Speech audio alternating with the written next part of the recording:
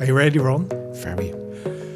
Because It's Just a Model, a series of ongoing conversations on the interstitium of innovation, design, philosophy and tech with my friend Ron Kersic and myself, Sneekes. And yeah, let's kick it off. It's 11. It's the last episode that we can pretend it's binary. No, it's 2 ones. Yes. Oh, yes. Yeah. Yes, sure. Okay, until we get to 100. Yeah. Yeah. Okay. Oh man, that feels a little bit sad. Well, on that note. Yeah. So, oh man, I should probably read my rant because I made a rant about. Perhaps you could paraphrase your understanding of my rant, because. So we never prepare an episode of It's Just a Model. Yeah. But we drop text at a Notion page. Yeah. Which we typically ignore. Well, you do. Yeah, I try to remember things, but okay. At this moment it's like weird. It's a vacuum. Yeah. And you had this both nice and disturbingly weird rant. Yeah. That you're wondering why generative AI can't be predictable.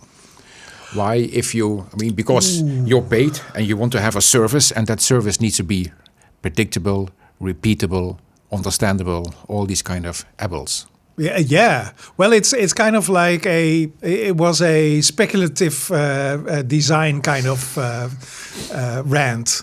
So I find myself in situations that people keep asking, like, oh no, it starts hallucinating about AI. I wish it did. And I got some wonderful code when I was vibe coding, and then I need to do a little change, and all of a sudden it made something totally different, and it was all ruined.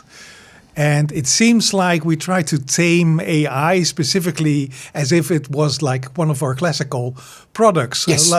Classical services. You know, like Word, if you select a thing and you press the fat B, you get a fat text. Yeah. Every time, all the time, exactly the same. It's repeatable, and it's really, really lovely for people that like such products. And similarly, if I make an espresso, we just made an espresso, I have a certain amount of coffee with a certain grind, with a certain amount of water, and I get this wonderful espresso. And it's lovely. It's really lovely. And it seems like AI is living in a different realm. Yes. In a different... there's this wonderful word. You use it oftentimes. Paradigm. In a different. It's a different paradigm. I feel now like this live action role playing consultant. Yeah. Paradigm. Disruption. Exactly. Yeah. It disrupts everything. Yeah. But in a bad way. And I feel like we have had conversations about AI as if it's not a something that can predict things. It's not something that will give you the truth per se. No. But it's more like a muse. It's more like something that informs you, helps you create. Yeah, it doesn't give you the truth per se. It doesn't give you the truth, period. Yeah. Because that's not what's trained on, right? It does plausible things. It generates text as if it was the answer. Yeah, exactly. You get a scenario of an answer. Yeah. You get a simulation of an answer. A photorealistic answer.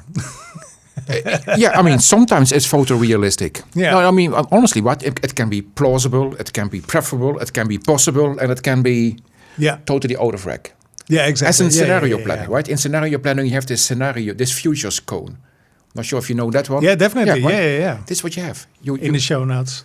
Absolutely. Yeah. We're going to make that. But it's that's what you do. You're traveling through the futures cone in that direction, and also up and down. That's interesting. So that's why I think. That's why I wished it did hallucinate, because in the end it's still stuck in its own frame, right? Never get ChatGPT to hallucinate. So if we use that cone of future cone, the future cone, cone. So that's something like this, and you start out with the very narrow part when they intersect, and the more you get into the future, the broader the cone gets. I.e., the more possible futures there are. A greater variety of futures, right? So if you just continue, then you get to the preferable, assuming that you think that the present is preferable. Yeah. Right. And then There's less change. Less change. Yeah. And then you have the possibility where it slightly deviates. Yeah. Right. Yeah. It's still possible / acceptable, and it gets a bit broader. It's plausible. Yeah. Right. And it gets broader and broader, and then you get to the wacky stuff. Prosperous, but I can't pronounce that word, so that's why I kept actually. Not using it. And that's the thing, right? It deviates. So the whole realm of what it can come up with gets bigger and bigger. Yeah. Which is fun.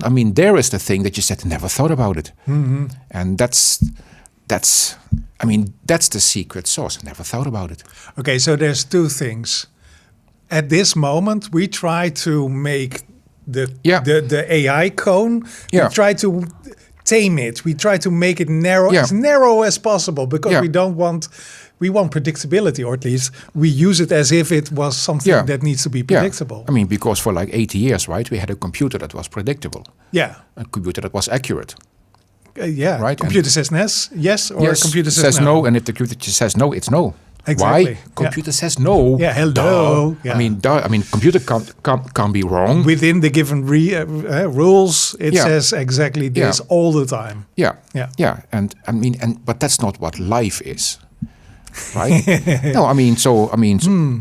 Well, if you go to a restaurant, right, your favorite restaurant, right? The menu is pretty much fixed, right? But even then, it changes. Sometimes the dish is a bit bigger. Yeah. Sometimes the waiter or waitress has a very good day or a very bad day, right? Sometimes you're sitting next to annoying people. Sometimes you're sitting to wonderful people. Okay. Right? It's the same service. So our perception also changes the product itself. You're actually part of something bigger, right? So, and I think one of the reasons why I go to my favorite restaurants is because basically the spectrum of surprises. Yeah. Without the negative surprises, right? The food will be decent enough, and etc. Right? I'm so this whole Excel-ification of everything, right? That everything needs to be in Excel, and every variance has to be eradicated because variance is bad. Yeah. Right, and I get it. If you want to do a mortgage calculation, I totally get it. Right, you don't want any variance. Don't use AI in mortgage calculations. Absolutely not. No, not generative AI. Because we already know how to do it. It's not. It's not rocket surgery. But there's so many things we couldn't automate, and now we can. As in, it comes in a box. Yeah. You're smoldering. If somehow, right? All AI data centers would vanish from the face of the earth. Yeah. I would be in a really bad place. Life without ChatGPT or Grok, or Claude, or Perplexity, can't imagine it anymore. Oh man, I think you're right, and I still kind of like. So the cone that we just created, and people wanting to make the cone as narrow as possible. Let's say the AI usability predictability cone. Yeah. Right. Yeah. So we make it very narrow, but at the same time, there's another factor, which is all the data that we put in that thing, that also narrows it down, right? So the results that we get. So let's say you want it as broad as possible, because you want wonderful things. You want things that you couldn't even think of. That means you want as broad as a cone as it can be. Yeah. But still, it's limited to the information that goes in there. Absolutely, and if there is one thing that annoys me, it's that. Exactly. Right. That it just. So how do we fix that? Listen more to people, even more, collect data and stuff like that. It's in the end, the ability to reframe the discussion or the topic at hand. It's us. Yeah. Right. So must be last week, read this really great article that said that generative AI is very good at inductive reasoning. Yeah. Deductive reasoning they also mastered. Yeah. But what they can't do is abductive reasoning. Oh. Right? So that you have limited facts, that you have observations that don't make sense, and that you come up with an hypothesis that explains it. Oh. Right? And that's what we are really good at. You mean like something that also makes sense, rather than dreaming up some random thing? I mean that makes sense enough that it is convincing enough to start reasoning within that frame. Yeah. Right, but induction and deduction, they assume a certain logic, a certain frame. Yeah. And with abductive reasoning, you change the frame. Okay. Is that something like extrapolation? So you have a set of data and you start thinking up the possible data outside of the set? It's inference. It's inferring of an incomplete set of observations, and you come up with what is the bigger picture. Yeah. Right, and that's not true No. or wrong yet. It just let's see how fast this gets us. Seems like my job, kind of. I was about to say that, which is a very human job, your main job, right? It's also lovely. It's really nice. You can make like it's speculation. It's kind of like, so what else would happen from this point on? So what if pigs crash into the earth somehow? Right. Yeah, and the only reason to get an LLM the only way to get an LLM to reason in that realm is by you bringing it up. Yeah, exactly. Because there's no data. There is no pattern in the generally observed training data that would give rise to this one, because otherwise it wouldn't be abductive reasoning anymore, because then it would be normal, either be induction or deduction, right? Yeah. But this is the basically the inverse. Is the unknown-ish, right? Or the slightly known unknown-ish. Yeah, which is if you talk about humans, it's also kind of known. The only silly thing is, we have like this very weird way to ideate, right? To connect concepts with ideas. Yeah, which is quite interesting. I at the same time, I'm also kind of wondering, because if we have AI, and AI is kind of like the statistically truth. It comes up with statistically plausible things. Plausible. Right? So what if we want to make it hallucinate intentionally, like really badly, then we should probably say, okay, rather than taking the statistically plausible answer, do the inverse of that. Yeah. Give me like the small, so the statistically, everybody would say this except for five other people. Yeah. They would say they have said something else. Yeah. Use that data. Yeah. Could we make that? Well, you have this temperature thing, right? So that you get a greater variety in the top scores it takes. Yeah. So it's but it's a nice one. I'm kind of like trying to trigger that creativity and use it as a. Okay. You use the complete set of the human being, because the thing that really bothers me is that if I want to, I don't use AI as a creative tool only in the case of, did somebody else think of this? So I say, hey, how about this idea? And AI says, yes, wonderful. I have something similar, which looks like this. And then I know, okay, it's not original or it's not interesting enough. And I was wondering, so why couldn't we use like the fringes of originality, right? Rather than the bulk of the norm. Yeah. I know AI is built to like use like the statistic norm to come up with plausible things. Yeah. The reason why I was slightly hesitating is in order to come up with an actual articulation in language, right? Yeah. Words that actually form sentences, there is a strong tendency towards plausibility. Otherwise, you just get words, right? So you need less plausibility in the idea. Yeah, exactly. In the framing, exactly, which would be abductive reasoning, which is what we do. See, damn it! Yeah, I'm just making foiled again. Well, but that's the. But I only use it for creative purposes. Yeah. But my creativity, maybe my creativity is a bit limited, right? But I have Everybody's is. this thing I can say, tell me what's wrong with it, critique this. Where am I over-indexing on? Am I too optimistic? Give me the pessimistic case. And just, is this... It's almost like talking to 10 incarnations of myself, right? And it's therapy. It's absolutely. I mean, Ronathy. But yeah, and then I get feedback, and you make too big a logical leap there. And I'm actually reading, said, yeah, that's true, and I want this to be a too big a logical leap. Yeah. Sometimes. Right? So how do you like the how the interface is?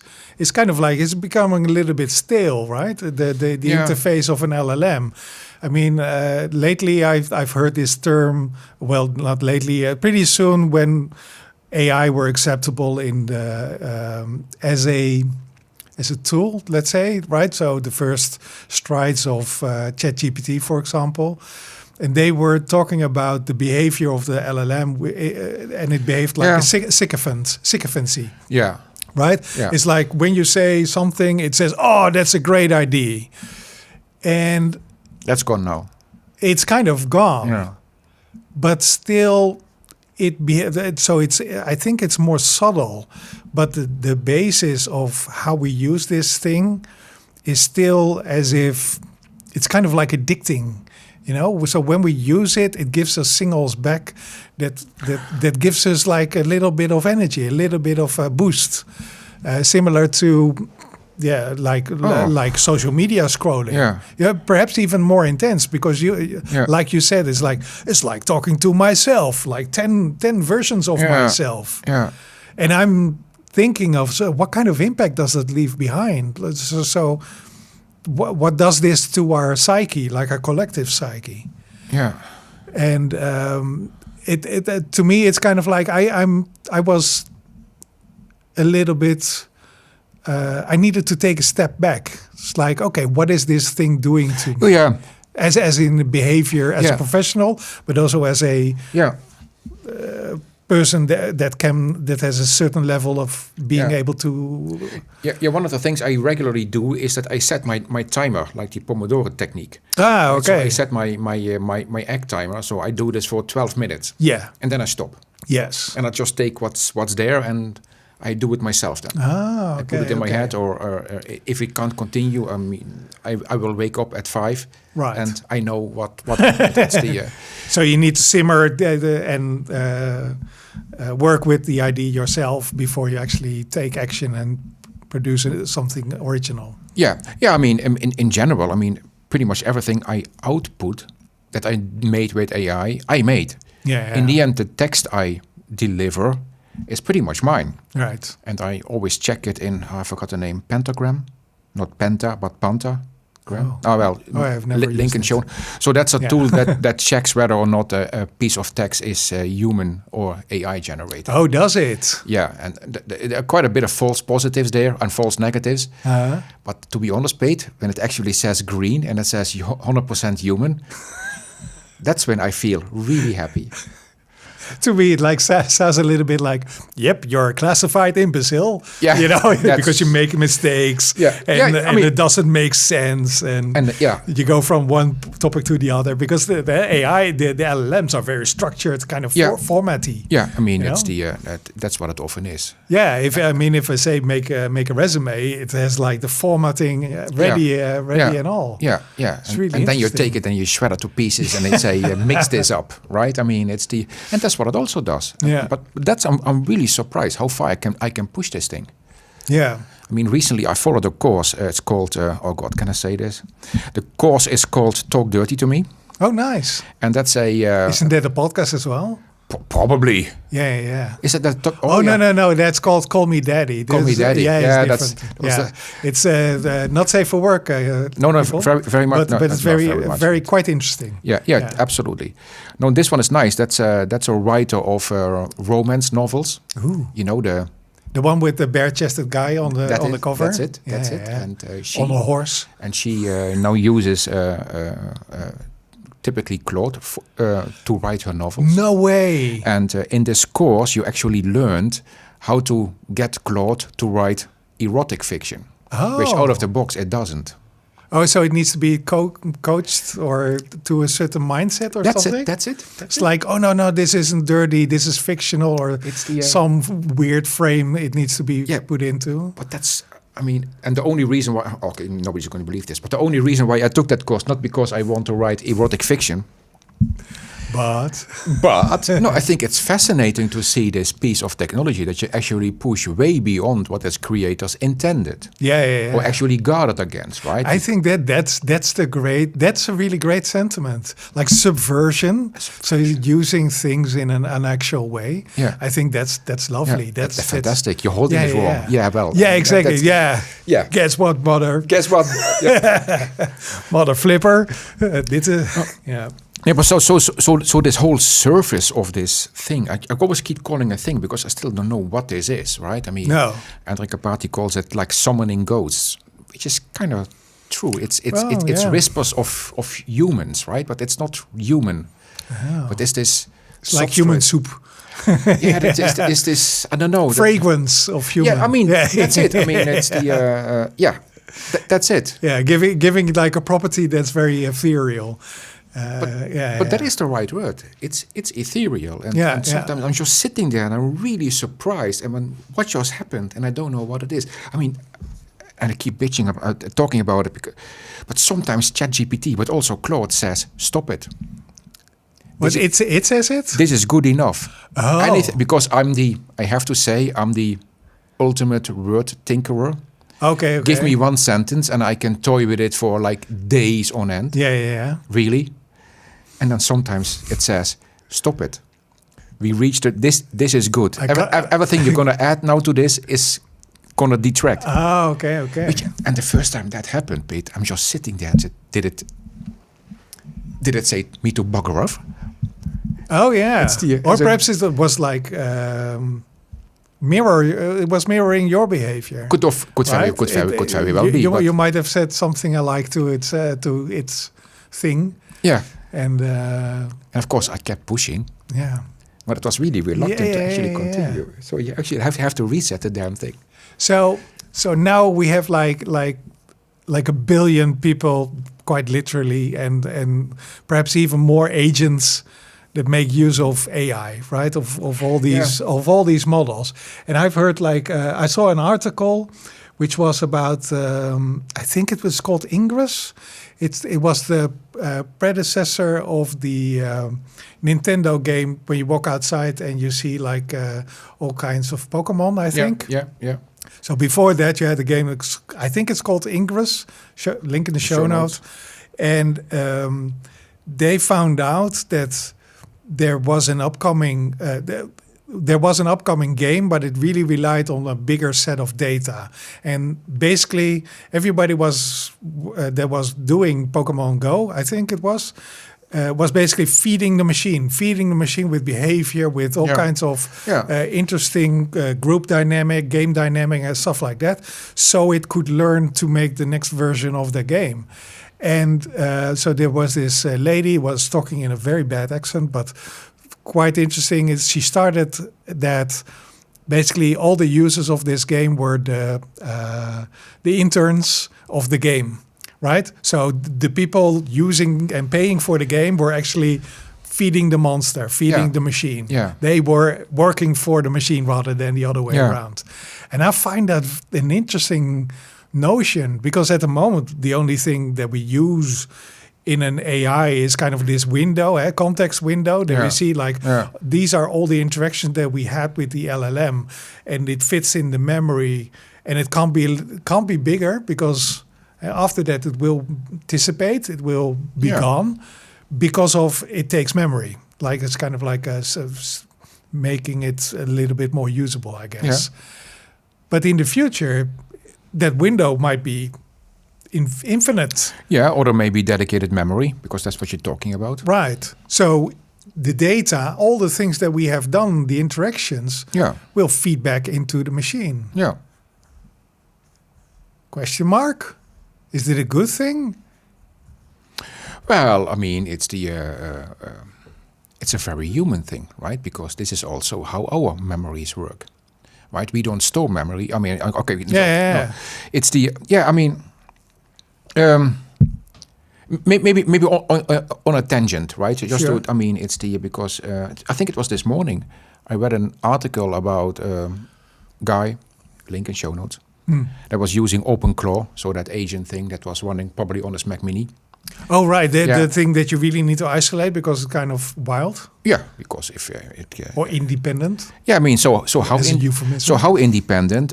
Apparently, this gentleman got a phone call from its OpenClaw agent. Oh. Apparently, the OpenClaw agent found a way to actually make phone calls via an API, obviously. Sure. And needed more input or needed more direction and in actually what it should be doing, or maybe even asking for a new task. So it called him. Oh.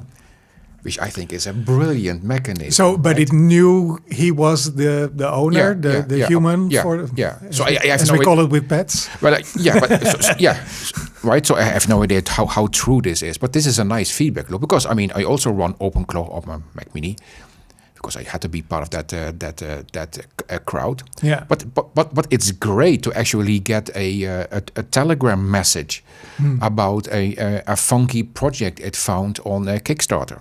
Oh. Because I make it just check Kickstarter for things that I... Okay, so there was a task. But it wasn't like happenstance. No, that didn't we know you like funky things. But it's the... I mean, so but this that the loop is the other way around. I find that's really fascinating. Right. As and that it actually makes a phone call. That of course is the well, depending on your taste, it's both funky and dystopian. Yeah, it can be a little bit odd, I think. Yeah, but I mean, but keeping track of things you did, the decisions you made, and maintaining them or degrading memory, because some things you won't start to forget over time, to actually build up this, I don't know, this context, this manifestation, this representation of you, your life, or your job, or your the mission you're trying to accomplish with this agent. Yeah, I think you get inclined to say that's an interesting thing.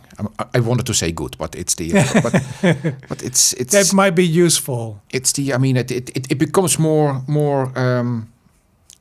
I don't know, more subtle. It's all these little facets that somehow can spark. Hey, I didn't expect this one. Yeah. And I think that I mean that is not my biggest limitation when I use these tools. It's just the context I can give it. Yes, not only in the prompt, but also the stuff I read yesterday. My Obsidian Zettelkasten vault. Right. All these things. That the change in the type of articles I have been collecting in my Obsidian vault. Right. So also the patterns that your behavior have, but also the change in such patterns. Yeah, because because AI is pretty good in seeing those patterns specifically, better than us. That's the induction part. Right? Yeah, exactly. It's really good in coming to conclusions from a data set. A data set. Yeah. So that's the fascinating bit. But now I get because my agent also runs on my Obsidian vault. Okay. And it comes back with things I collected in Markdown files at least 10 years ago. And I had a very different taste in things 10 years ago. So sometimes you go, Jesus. So I'm polluting the well in essence. So I'm now configuring it that it gives less priority to things based on last opened date. Right. Oh, that's interesting because I mean, humans have this, like you said, like this garbage collection mechanism in our own memories. But these are not just things that are older, are less relevant. They're also connected with like primary things like smell, location, the context, and stuff like that. Yeah. So even a very, very old memory might be as relevant as the thought yesterday. Yeah, indeed, right. So it's not just age, etc. But that is just my simple heuristic. Yeah. But I think the ability to build up your personal vault in that sense. Yeah. I'm really curious what that gets us. Yeah, but AI probably also needs to learn such patterns then. I mean, sometimes I open a keynote file from like 15 years ago and I read it and I look at it and said, oh my God, this is good. Yeah. Pat yourself on the back. This is wonderful. Or sometimes saying, this is really bad, but sometimes that was a really profound idea. Yeah. Why didn't I, et cetera, et cetera. Yeah, pursue it. I or mean, it's But it's these little surprises. That's actually what I want. Yeah. Maybe they are surprise machines. I don't know. It's it's like happenstance. You want to create happenstance with your own, and that's what I meant. With the former you. Yeah, and that's what I meant. If I wish it would hallucinate. Yeah, exactly. Right? I always get bored with great idea. Or I mean, who cares? Yeah, you basically want to ask or have the answer why it's a great idea. And that's what I ask. Right? It's similar to you saying it's like, okay, this was a great idea because you already had this, but you didn't finish your thought, or you might be able to finish it now because of tooling or whatever kind of thing. No, I think the 5 whys works really well with this technology. Why? Yeah. Why? Yeah. It's really good. Yeah, indeed. And of course, you're asking yourself why. Yeah, exactly. And now you get this bicycle for the mind that helps you articulating. Bicycle for the mind.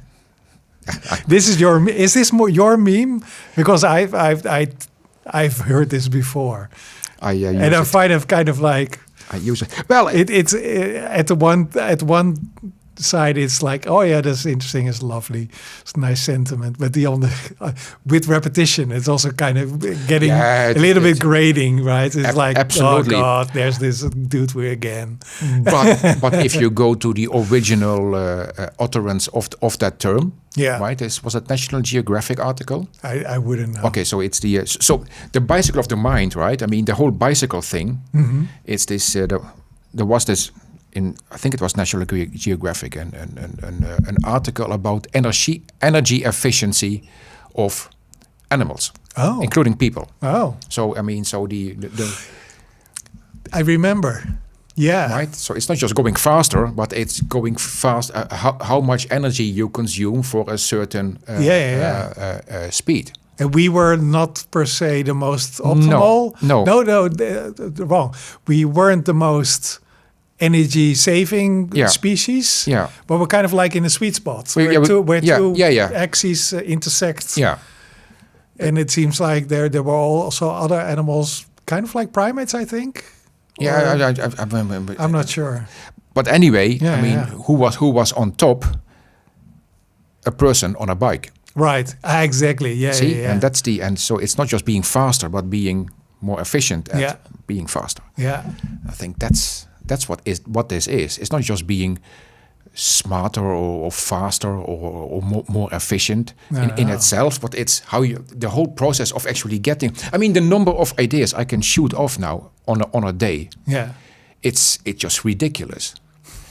No, I mean, normally that amount would be limited to how much time I got to talk with people. Yeah, because if I sit by myself, I have no idea. No. Literally, I have no idea. Same. I need to talk to people. Yeah. Right, and I don't because in the end I'm a technologist, so I don't meet many people. Oh. Right. But even that. Well, it's. I mean, let's say in an efficiency perspective, I can totally agree with. Yeah. It's like it would be lovely to have like three or four people listening to me drone on time after time. Yeah. But that isn't just that's not a business model. That's not feasible, viable. I mean, it's also not. I mean, people that work with me especially know this. But I have this tendency to shoot off quite a number of articles and videos and quotes on people. What do you think? Yep. And I've been told that after the third or fourth time on a day, it gets a bit. Really? Yeah. Right. So but it's really hard to catch up, right? I mean, you're basically I totally creating your little context window again and again and again. That's it. And it's really hard to process that when you don't have that. I know I have this little icon on my laptop and I click on it and I give it this idea and off we go. Yeah. And I set my little timer for like 12 minutes and off we go. And if this one doesn't work, I take the other one. If that one doesn't work, I take yet another one. The amount of time I just iterate between ChatGPT, Claude and Grok is just amazing. And DeepSeek. Yeah. just see who. I probably still need to find like the one model that really interests, because most of the time then I get an interesting idea and I kind of like get in the scenario that you just described. It's like, okay, no, I meant this, go further in this. And then it says like, oh, you mean exactly the same thing that I said a minute ago? And I said, no, I want a different thought because we're on to something. Yeah. And it just... Yeah. Basically, my mind or my brain takes over and says, okay, you know what? We'll stop here with the digital mind and I'll sprint to the thing that I actually want to go to. So kind of like LLMs leave me like a little bit unsatisfied at a certain moment, which is fine. I mean, as a warming up, it's very pleasing. It's very nice because it kind of says, okay, this is what the world thinks. So this is kind of like how I use it. Yeah. You know, making it so what's the consensus, literally? And then I can work it with creativity. Yeah. Yeah, you saw my eyes going left and right when you said consensus. It's the... on some level it is, of course, right? Because that's the consensus of language. Is it consensus of thought? I don't know. Indeed, yeah, and that's kind of like also why this the one thing that's lacking. You know, I want to exchange ideas rather than language. Oh yeah, absolutely, and that's what you need to bring in. And I'm pretty sure the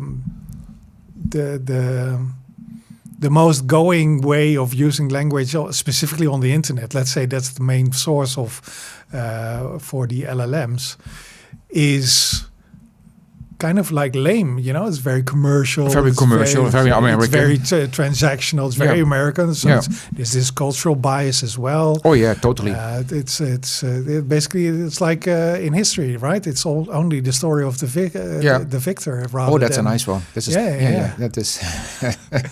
I mean, and the weird thing is, we have like thousands of meters of very interesting literature that also shines upon like the less seen people, the less heard thoughts, the more grading perspectives. Yeah, and so that might be an interesting way for AI to evolve to also include literature. As far, I mean, literature beyond the digitized ones.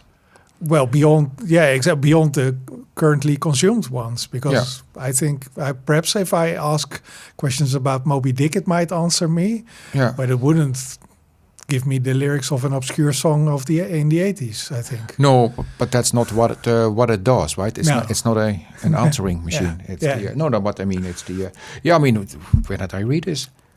Apparently, there's a whole corpus about documents from the First World War. That isn't digitized. At all. So there is this massive amount. Of course, me was a bit naive because I thought everything is digitized by now. No. It's the majority isn't digitized. So that's that's the potential. No, I'm also curious. I mean, because it's the what happens if we actually get world models next to generative AI, right? So world models are more than it might be 3D information of our outside world. Yeah, and it sensory information. Yeah, sensory information, and it understands. Well, it in a sense it almost has a theory of the world, right? It understands objects in relationship to each other, right? And it understands dynamics, understands physics. Yeah, but that's a ways to go. I mean, that's if you consider the data density of languages, it's kind of like nothing if you compare it with like a world model. Yeah, indeed. So how do you compress that? I guess that's the big question. That's the big question, and certain well-known scientists from the AI realm are working on that one. So let's see how that one works. I have no idea. From that point, it might also be interesting to use as a tool for science, for actual science. Yeah. Right? Well, which already it is right now. Yeah. I mean, I read too much. So no, I don't read too much. We haven't talked to. I forget too much. No, I mean that it's the other week that it was a well-known mathematician. Yeah, probably the most well-known one, which obviously I don't know. It's Because- like I forgot this. Well, is Link. this Asian kind of looking guy? I don't think so. Oh no, It's there's a I mean, link will be in show notes, Yes. and we were very skeptical about generative AI and large language models okay. until I think it was GPT 5.4. Oh, That's that's very recent, right? That's like 2 weeks ago. This is how I mean, and it solved a conjecture he had been working on for 20 years. No. That's interesting. So basically, it's all patterns that he couldn't discern Yeah. on his own. It's the I think that's the I mean is that science? No, but it's adjacent. It's whispering this kind of stuff, but this is so fascinating. I mean a really good mathematician, right? World class. Yeah.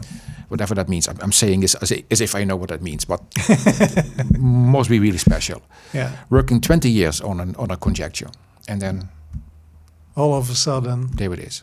wow. Just amazing. And how was I mean, it would be kind of like similar to like divine intervention, right? It's like all of a sudden, you see the thing, and the idea lands in you. It's somehow. I think, and again, I mean, I'm not going to use the bicycle of the mind anymore, but but there it is, right? I mean, it's Don't stop on my account. No, it's the but I mean, I think it's just just fantastic to actually be using such a tool Yeah. in your life, professional or personal or otherwise. I mean, it's I think just fascinating. Yeah. And I have no idea where this will end. But like I said, right? I mean, I can not literally, because that's what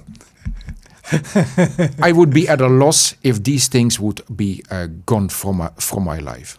I cannot imagine how I could how I could do the things I do personally and professionally without them. And do you mean that in a sense of the capacity, like the volume of things that you can do right now?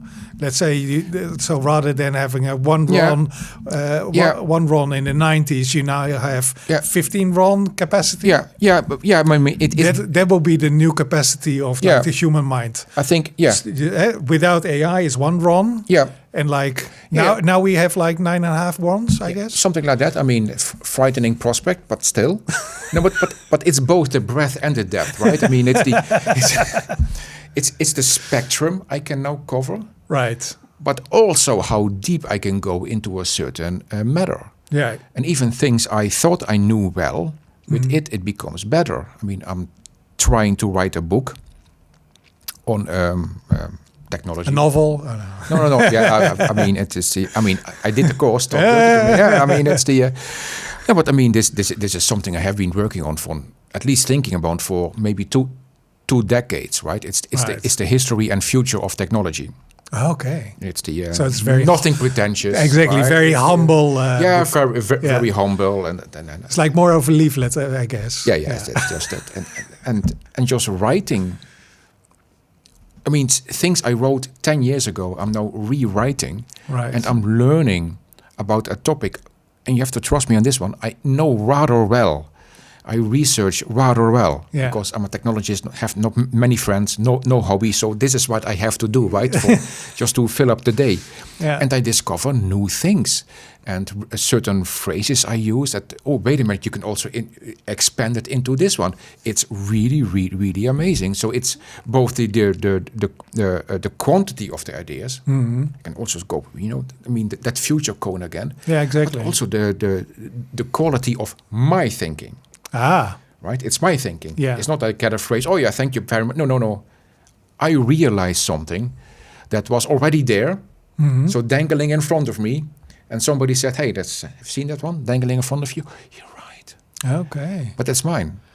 That's interesting. So it might be, the AI might be a very good editor for you or for people. Right? As in an editor, hey, could you please finish this thought? Yeah. Right, as in we most of the time we go to this depth of the ideas. Yeah. We like you to do similar things with this particular thing. I mean, so when it says, right, I mean, that's a big logical leap you're taking. Yeah. Is that why? Well, yeah. Damn, you're right. Yeah, and then you say, of course. Well, I mean, sometimes I actually make the conscious choice. I keep it. Yeah. Because I like the attention, or I kind of had to weasel in 2 more paragraphs because I'm legendary to bridge the thought of the reader. Yeah, I'm very bad at bridging thoughts. It's the each paragraph of mine should be a chapter. And each sentence should be a paragraph. I mean, I'm a very minimalistic They writer. get like this very deep, like we have sub paragraphs. Yeah, and then but I find that, I mean, but yeah, the editor is a nice method. That would be, I mean, if you would program, like create a new prompt, you could make like the behavioral prompt for an LLM to say, okay, this is the behavior that I really want for you to do. So we're writing a body of work. This is the basis for a set body of work, and I want you to both give me inspiration from my own body of work, but also catch me on consistency, for example. Oh yeah. I mean, right? that's a tool I'm using called Lex. Yeah. That's really good at that one. Yeah. How my tone varies, for instance, across the paragraphs, which it does. Yeah, but which can be nice, right? It can be. I mean, but again, that is my decision. Intentional or whatever, or haphazardly. And that's why writers and editors sometimes have arguments, right? I mean, it's famously. Yeah, indeed. So yesterday I was with. So one of my friends is a playwright, and he makes plays for kids. And it's very lovely. And he and I are both fans of Interstellar and all the films of Nolan, I think. Nolan, yeah. Yeah. So all the concepts. And I have like this pet peeve of one thing. I think it's in Interstellar. At the end, spoiler alert. At the end, all the things come together. So the beginning of the movie comes together with the end of the movie, right? It's just like Tenet, and everything works. Typical Nolan fashion. Yeah, typical Nolan time bend kind of thing.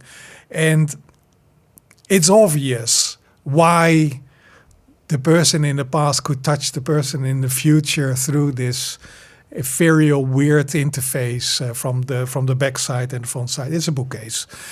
And it is love. That would be like, these are the things. So literally universes or realities are connected through love, right? It's like the stamp or the word that they use. And it's implied throughout the end, like throughout the last quarter of the movie. And still, in the 10-minute mark, they pounce it. They say, it's love. And to me, it's like, oh man, don't say it. Leave something to the imagination. Yeah. Have people connect that one thing to the other. Yeah. And perhaps they make a different connection, which is even better. Yeah. And so I have a real problem with the end of that movie. And I can understand why he made it like that, because he really wanted to say, no, it's actually this. For the people, I guess, less imaginative than I am, I don't know, or less watching out for the plot of the movie, I guess. Because directors are inherently controlling. I have no idea. Yeah, or perhaps the money people were that insisting could also upon be. it. Yes, of course. Could you just please put love in there? Yeah. And in the end, then everybody's satisfied. Then you get your billions of euros again. Could very well be. Yeah. So, but I really like opening up possibilities in readers, and so I really get what you're saying. Is like, if I change my tone, it has an intention most of the time. Yeah. So basically your editor would probably have to ask you, it's like, hey, you have like a different tone over here. Yeah. So what's the intention of that? Rather than pointing it out that an inconsistency. Yeah, I mean, so over the past 10 minutes, I was actually in parallel, because ladies, men can multitask. Yep. What was I saying? And I was actually thinking on making an editor that does this. I can actually see it in front of me. And this is also the cool thing. Mm-hmm. A phrase like, I'm thinking of making an editor that can do this. 2 years ago, could you please make this? Yeah, 2 years ago, that was a silly idea. I mean, where do I get the time from, right, etc. Yeah. And now I just know I can make this. Yeah. In an afternoon. Yes. If I'm lucky, in an hour. I want to coin a phrase. And you hear it here first. Yeah. It's AI actualization. AI helps you actualize, right? That's a nice one. There's this one term, I think it was somewhere in the 90s or 1000s. So people were trying to find new ways for them to actualize themselves. So you want to be rich. Yeah. And you have like mantras and stuff and all kinds of psychological tools to actually get there, right? The getting things done, for example, is a realization tool. Yeah. It's very silly to group it in those tools, but it might also be waking up, looking at yourself in the mirror and saying you deserve it. It's kind of like that. It pumps you up like personally, but also keeps you on track for your personal goals. And actualization is like mainly a psychological thing. But I feel like AI, specifically like the code AI, to me at least, when I started vibe coding, and excuse the term, but horrible term. When I started doing that, I found that this is actual actualization. Yeah. My thought becomes real. Yeah, I call which it is weird. Yeah. It's odd. Yeah. It's unheimlich, to use a German term. It's kind of like scary as well, right? It's liberating. Yeah. Well, yeah. I mean, I use the word manifestation. Manifestation. That's the word I was looking for. Sorry. Okay. Tipex, the other thing. No, stuff. but indeed, right? I mean, manifestation. Exactly that. Because I'm listening to you and I'm imagining this editor. Yeah. And 2 years ago I would have said, Ron, even though you have no friends and no hobbies, you don't have time, right? I mean, and now I'm actually... You paint a real picture of yourself, Ron. But it's true. But now I'm just thinking, I can make this. Yeah. I'm actually now contemplating whether I should do it tonight. Yeah, you should. AI manifestation. Yeah. The second term. Yeah. I think except for my very big reserves of the psychological impact of AI, it might be wonderful. The reason why I said, because recently I'm rereading a book I must have read when I was 10, which is maybe 15 years ago. And the book is A for Anything. Oh. And that's a book about a device called the Gizmo that can replicate anything. And even people. That's interesting. Yeah, that's Damon Knight is the writer. Without it degrading or something. Yeah, it's like a real carbon copy of a person. Yeah. Wow. It's and of course, what the book is about is the societal impact of this. What actually happens. So, it's a thought experiment. This is the best science fiction, right? I mean, it's not about the science but the fiction of society. Yeah, exactly. It's like what if? It's a what if machine. Yeah. And that's why I love the A for anything. Okay. I mean, I actually wanted to write a blog post, which I have actually waiting in my draft folder. But now we revealed this one. And now we have it. I think the A in AI is the A for anything. Yeah. I'm literally saying here, I'm going to do this tonight. Yeah. But I'm a bit tired because I woke up a bit early today. So maybe tomorrow. But you'll probably get there. But this is the thing. I mean, you have the idea. Yeah. And you just know, I can manifest this. Or maybe you discover halfway it's a bad idea. Dude, this is a new religion. I think we can start a new religion. It's so profound. We can just AIM. It's like AI manifestation. It's a new thing. New religion is fun. Yeah, man. I've got the name for it. Ron. Yeah, Herbert. Yeah. Let's not call it something science. No, that has been done. We find something else. Yeah. But I think that so. This is wonderful, and it's in talking about manifestation. So I've been on an interesting kick of governments tumbling over themselves. It's weird, right? It's in the United States of America. There are several other United States, by the way. America is not the only one, and America is the entire continent to me. So the USA. There is this fella that kinds of kicks up a lot of dirt and makes other people in the rest of the world kind of scared of their dependence on said fella. And so now everybody is saying, okay, but our backbone of our society, our regulatory backbone, let's say, our government, is basically living over there. Yeah. To regulate our stuffs over here. So what if it doesn't exist tomorrow? What if somebody switches it off? What if somebody trips over the wire? And so everybody's busy with something called sovereignty, digital sovereignty. Yeah. We need to put our stuff that really is profound for our day-to-day life. Yeah. It needs to be near so we can make sure it's ours.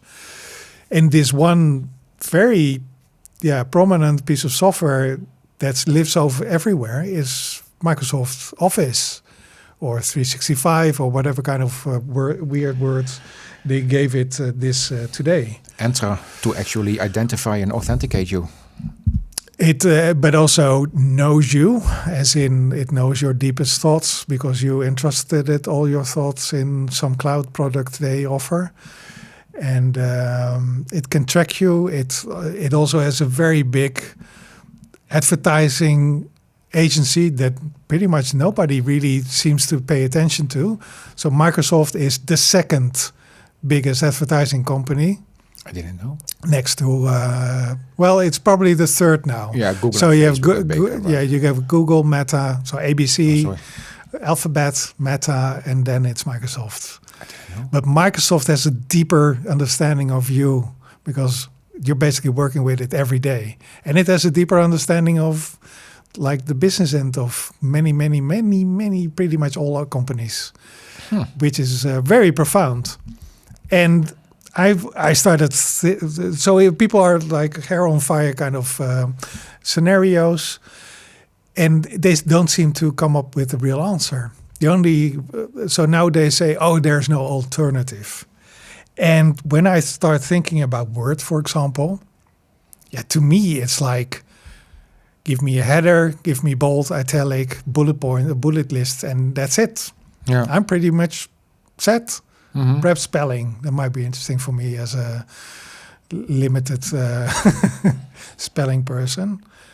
But somehow we're married with also this very archaic idea of, you mentioned it, Excel and email. These are all things that have been invented like 25 years ago. And still we work with exactly the same product. It hasn't changed at all, except for its aesthetics and the volume of... and I ask you, is like, what's up? Why do we seem to be married with this one company specifically? Yeah, and nobody seems to have an answer. Yeah, except for the French. Of course, yes. Because the French are independent and how do you call it? Very much their own people to a fault. Which is lovely. I really want to just live in France for just a while, just to have that kind of vibe. And but they made La Suite Numérique with a QEE at the end, and it's so the name it's very lovely. And so this might be the European alternative to all kinds of to Teams, to Excel, stuff like that. One of my great surprises over the past month is that I'm not using Word anymore. No. Or even my beloved Keynote anymore. Okay. Because also the latest version of Keynote is there. Wow. Oh, you know, with the darker blue color? Yeah, it's like, yay, let's introduce AI for no apparent reason.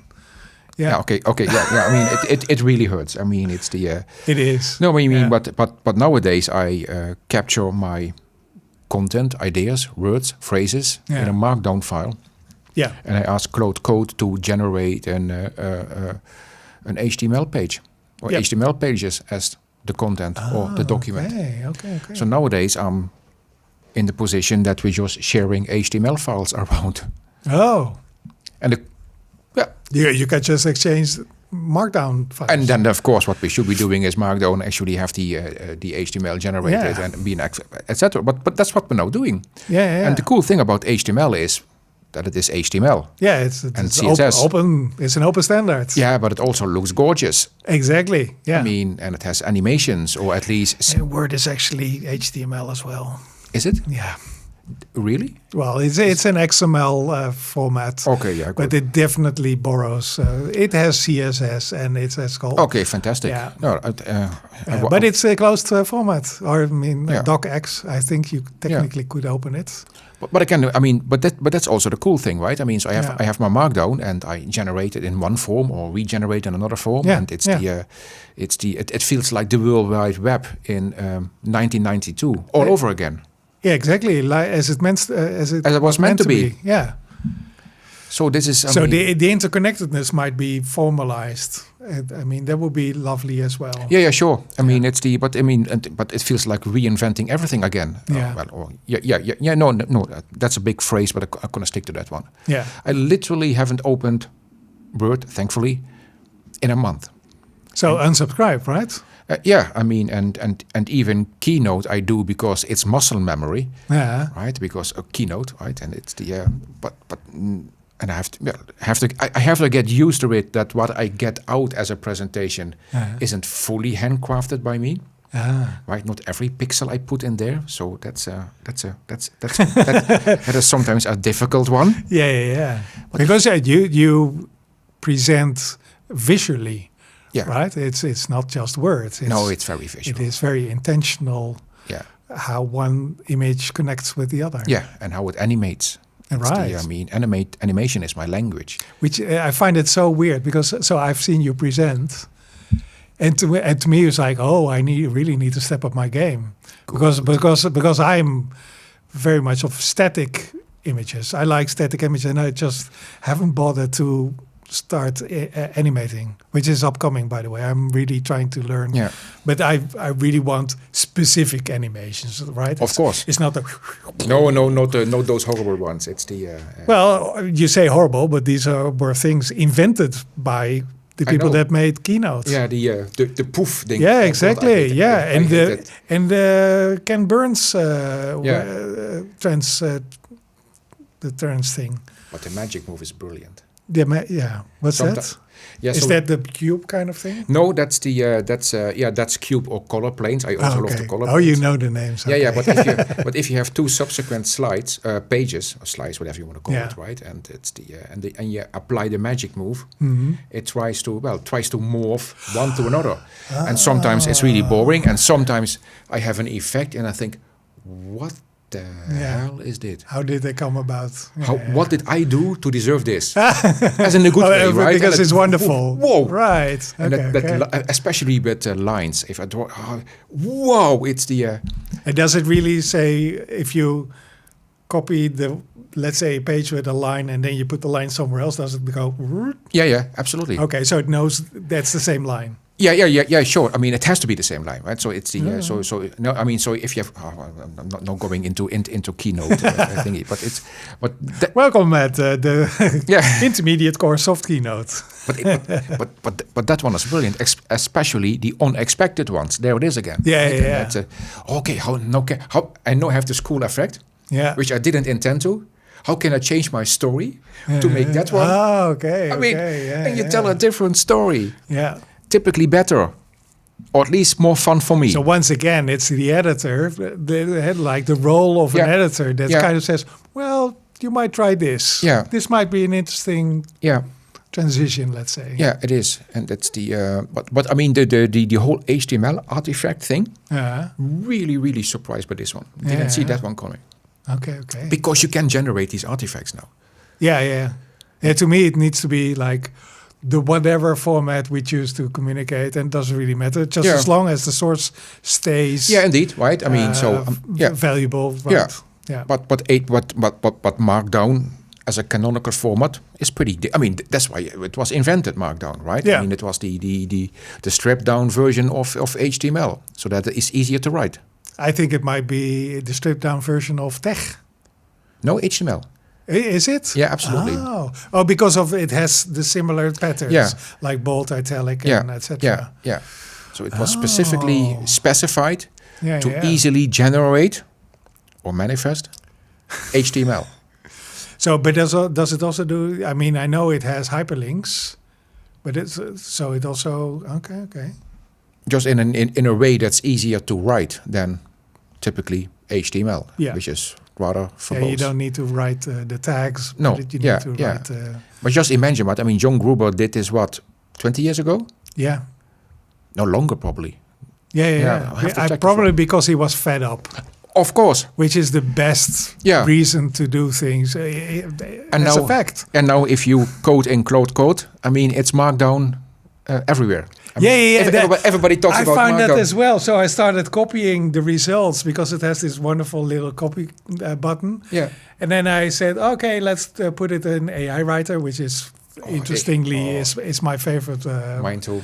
writer. Oh, it's so beautiful. And it only has one flaw with a lot of Apple-related products that it chooses iCloud as a default store. No, it's IA Writer. Exactly. You said AI. Oh, I meant IA. Yeah, I kind of like confused it as well. Anyway, but when I started pasting, and it was wonderful. It was actually wonderful Markdown. Yeah. It wasn't like okay, let's do something different, but it was structurally it was sound. Yeah. Yeah. I mean, just imagine you create this thing 25 years ago. Yeah. This Markdown thing, and now it's the content backbone of Cloud Code. Yeah. I just love that. I mean, that's kind of like Linus Torvalds. He made Linux, but he also made Git. That I found out. Yeah, this is interesting. He said, "I'm fed up with all these systems that has a centralized versioning system." Yeah, and he says, "Okay, I'm going to create something that does it the right way." Yeah, no, the Linus right way. Yeah, well, which is a synonym. Yeah, okay, good. Yeah, and but nowadays, I mean, first, all code lives in Git. Yeah. At the moment, mainly, but also Linux it lives everywhere. It lives literally everywhere. It lives in this machine. Yeah. You can't tell, but it does. Almost inclined to say, except on the desktop, but that's a yeah. I mean, mobile, yes, it's Linux. Yeah, and probably all kind of derivatives of it, etc. Yeah, but to me, that's like this invisible force that basically permeated our reality. Yeah. It's all Linux. Yeah. I mean, and that started because somebody wanted to do the Minix book by Andrew Tannenbaum as a hobby project. Yeah, which I also did. So nerd. Yeah. Yeah. No, I mean, I think that's that idea that slowly but surely this. Seemingly immovable objects, you know, our reality as being, it will never be an open source project. And then this unstoppable force just nudges it again and again and again. And all of a sudden we have this situation that we live in now. Yeah. I think it's wonderful. I mean, it's time, right? Just it is. Give it time and things shape out. But this to me, this is innovation. Right, the idea of innovation to me is so. I've been job hunting at this the last couple of months, and the one thing that I found out is that people see innovation in a wrong way. They see there's this very intrusive, this very disruptive change now. So it starts now, it ends now, and then it doesn't do anything at all. And before that, it doesn't do anything at all either. Yeah. And to me, and so they asked me a question. So you're having an innovation and you do a project, and nobody cares, and everybody says no. What do? I said, well, it's just a matter of time. Yeah. They will say yes in a month, in a year. I really don't care. Yeah. Because the idea is sound. Yeah. And the only thing that needs to change is the world. Yeah. So to me, innovation is a question of immovable objects, seemingly immovable objects, just because we can't see like the objects in the same time span, let's say, as a glacier might. Yeah. I mean, I always use innovation as an after effect thing. If you look back and I said, damn, this that was revolutionary. That was revolutionary. Yeah, but it's only after the fact. Yeah, definitely. Not when you're doing it. I mean, that's almost a smell, right? We're going to innovate. Yeah. Yeah, it's odd. Yeah, that's really odd. I mean, if you come back for the reunion 20 years later, damn, that was an innovation. So I really like the notion of smell. It's basically, okay, let's smell like tangerines. You know, we know it's lovely. We know it. We like the smell, but we can't just start smelling like tangerines. We need to get some tangerines and peel them and have this wonderful scent on our fingers. Yeah, and then you have like your room filled with smells. I love the smell. There's no shortcut. I love the smell of tangerine in the morning. Yeah. I'm sorry, you had to make that one. I'm sorry. Yeah, that's lovely. I think this is our high note for this. I was about to say that. I mean, if this is the sign that we are wrapping up. Yeah, definitely. So this was 11. 11. We don't say the title until we find out what the title is.